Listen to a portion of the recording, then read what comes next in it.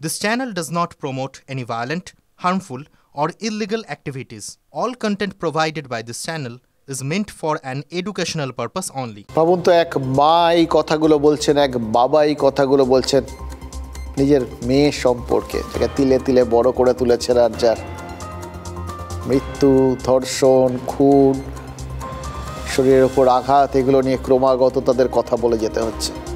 ভাবছিলাম জাস্ট অসহনীয় প্রায়। দেখুন, বদলা নয়, আমরা বদল চাই। 13 বছর আগে পালা বদলের সাক্ষী ছিলেন যারা, তারা এই স্লোগানটার সঙ্গে পরিচিত।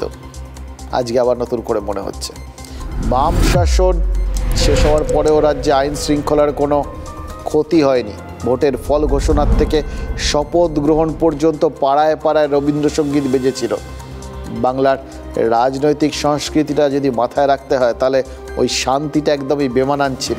কিন্তু এখন তো সামনে কোনো ভোট নেই, বদলার দাবিও কেউ তোলেননি। তাহলে আবার বলছি, কেন এই প্রসঙ্গ টানছি? কারণ বদল ও বদলার সমচ্চারিত ভিন্নার্থক একটা শব্দ কয়েকদিন ধরেই তো আলোড়ন ফেলেছে। ওই বললাম, এগুলো সব মুদ্রার এপিঠ ওপিঠ। বদলি 42 জন শিক্ষক চিকিৎসকের বদলির অর্ডারটা স্বাস্থ্য ভবন থেকেই বেরিয়ে গেছিল। সরকারি চাকরির অন্যতম শর্তই তো বদলি। ঠিকই তো রয়েছে, কিন্তু সকলের কপাল তো সন্দীপ ঘোষের মতো নয় যে বদলি হওয়ার 48 ঘন্টার মধ্যেই আর্জি করেই ফিরে আসবেন। ঘটনাচক্রে এই 42 জনকেও কিন্তু আলটিমেটলি বদলি হতে হচ্ছে না। মুখ্যমন্ত্রীর নির্দেশে ওই বদলির নির্দেশিকাটা বাতিল হয়ে গেছে। স্বাস্থ্য ভবনের দাবি ছিল যে 2 মাস আগেই বদলির প্রক্রিয়া শুরু হয়ে গেছিল। তিলোত্তমার মৃত্যুর আগেই নাকি বদলির সিদ্ধান্তে অনুমোদনও হয়ে গেছিল। সচিবালয় সূত্রের খবর কি জানেন? মুখ্যমন্ত্রীও এই বদলির খবর জানতেন না। এদিকে যাদের বদলি করা হয়েছিল তাদের অনেকেই তো তিলোত্তমার বিচারের দাবিতে পথে নেমেছিলেন। বাম, বিজেপি তখনই কিন্তু প্রশ্ন তুলেছিল। আর নির্দেশিকা প্রত্যাহারের পর প্রশ্নটা কিন্তু আরও জোরালো হবে। যদি রুটিন বদলি হয়, তাহলে প্রত্যাহার করা হলো কেন? তাহলে কি ওই প্রশ্নগুলো খচখচ করে বিঁধবে বলে এই সিদ্ধান্তটা বদল করে ফেলা হলো? ये तालिबानी फतवा है पश्चिम बंगाल की सरकार का, जो मीडिया के माध्यम से ही मुझे प्राप्त हुआ है कि किस प्रकार से इस बेटी के लिए, न्याय के लिए आवाज उठाने वाले 43 डॉक्टर्स को पश्चिम बंगाल की सरकार ने ट्रांसफर करने का निर्देश दे दिया है। और ट्रांसफर उनकी कई दूर दराज इलाकों में भी की गई है। সন্দীপ ঘোষকে প্রিন্সিপাল করা হবে, আর যারা বিরুদ্ধে তাদেরকে ট্রান্সফার করে বাইরে পাঠিয়ে দেওয়া হবে। এতে চলছে। ডাক্তার, তারপর নার্স, তারপর ইত্যাদি। স্বাস্থ্য দপ্তরকে ধ্বংস করেছেন মুখ্যমন্ত্রী। আমি মুখ্যমন্ত্রীকে বলছি, আপনি মুখ্যমন্ত্রী থাকবেন কি থাকবেন না সে তো আপনার ব্যাপার, অথবা বাকি পরে দেখা যাবে। দোহাই আপনাকে, স্বাস্থ্যমন্ত্রীর দায়িত্ব ছেড়ে দিন। পারছেন না, আপনি ফেল করছেন।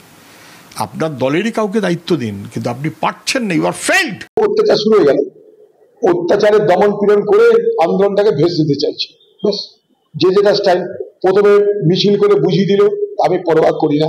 বাংলার মানুষের যেটাই বার্তা, তৃণমূল যা খুশি তাই করবে, তাতে ধর্ষণই হোক, খুনই হোক, তোমার বাড়ির মেয়ে বেপাত্তা হয়ে যাক, তোমার বাড়ির মেয়েকে কেউ তুলে নিয়ে যাক, তৃণমূল তার মতো করে চলবে।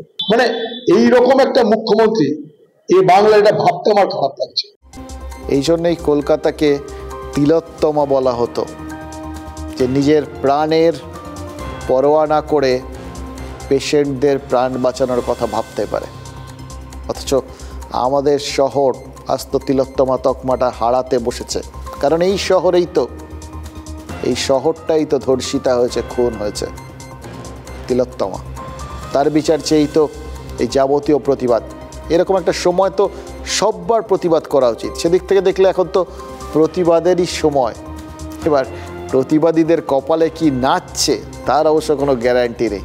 প্রতিবাদী চিকিৎসক আর নার্সিং স্টাফদের বদলির সিদ্ধান্ত প্রত্যাহার হয়েছে, সেটা তো মুখ্যমন্ত্রী হস্তক্ষেপ করেছেন বলে। কারণ তিনি স্বাস্থ্যমন্ত্রী, মানে স্বাস্থ্যকর্তাদের ভুল সময়ে নেওয়া ভুল সিদ্ধান্ত তিনি না হয় শুধরে দিয়েছেন, কিন্তু ভুলের পর ভুল হতে থাকলে তিনি একা কত ভুল শুধরে দেবেন? সব ভুল কিন্তু শোধরানো যায় না।